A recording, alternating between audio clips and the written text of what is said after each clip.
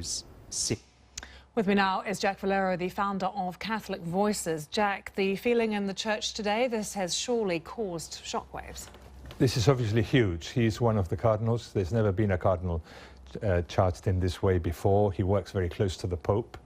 But of course, we must get to the truth. Victims must be heard and justice must be done. Do you think this is the biggest challenge that Pope Francis has had so far? It could be. It could be, depending on how it develops. I mean, obviously, Cardinal Pell himself has always been a crusader against sex abuse, not a denier. Some people are in the church. And he, back in '96, established the Melbourne response for victims to come forward. These particular charges from '61 actually were already investigated in the year 2000 by a judge and a report. We don't know exactly what the charges are yet. We don't know yet. the charges, no. And of course, we're waiting, and the police have decided to investigate again. So that's obviously important. But there's been investigation. He's testified 3 times.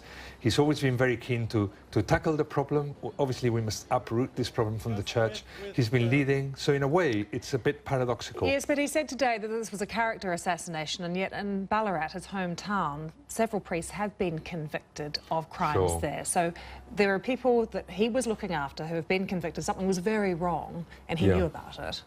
Well, that's the other thing, that when he testified last time from Rome, because he couldn't travel, he admitted huge errors had been made. Whether he was the person in charge or not is in question now. So he's not actually been charged about cover-up. So he was around. He was not in charge of that. He was not accused of cover-up.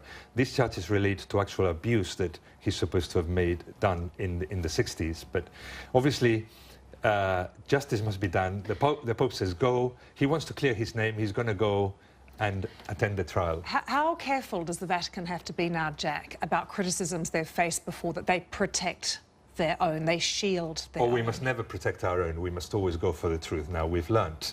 You're saying that, but what about in the Vatican? Look at what happened with Bernard Law, for instance. That's the example that springs to mind. Exactly. I think things have changed enormously. I mean, this is a changed institution, an institution that has found out that a lot went wrong and a lot has to be put right. Now there are guidelines everywhere. The fact is that we have to cooperate with all the trials that there are. Justice must be done. Perpetrators must be punished. Victims must be recompensed. It's a completely different atmosphere. Are there other structural things that have to change? The Royal Commission in Australia, for instance, heard from some serving archbishops who said they would never report to police if a priest said in the confessional that they had abused a child. Do other things like that need to be addressed? I think there's mandatory reporting mostly around the world. Confession is a different thing. Confession is normally anonymous, so the person confesses, you don't necessarily know who it is. So barring confession, which is a technical thing of canon law, any knowledge that one has of abuse has to be reported. And I think there's mandatory reporting now. I mean, at least there is, certainly here and in the United States, and in all the different guidelines that have been developed around the world. So I think that it's really an important topic. A new commission was established by Francis with several people, and they've been working. Very quickly, Jack, I wanted to ask you, is this also going to complicate Pope Francis's plans for financial reform in the Vatican? Well, it might. I mean, Cardinal Pell has been excellent at cleaning up the bank and doing all the reform in the finance that needed to be done.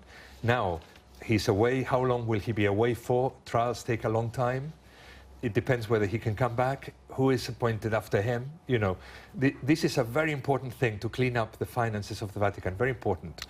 Jack, thank you very much, Jack Valero, for joining us there from Catholic Voices.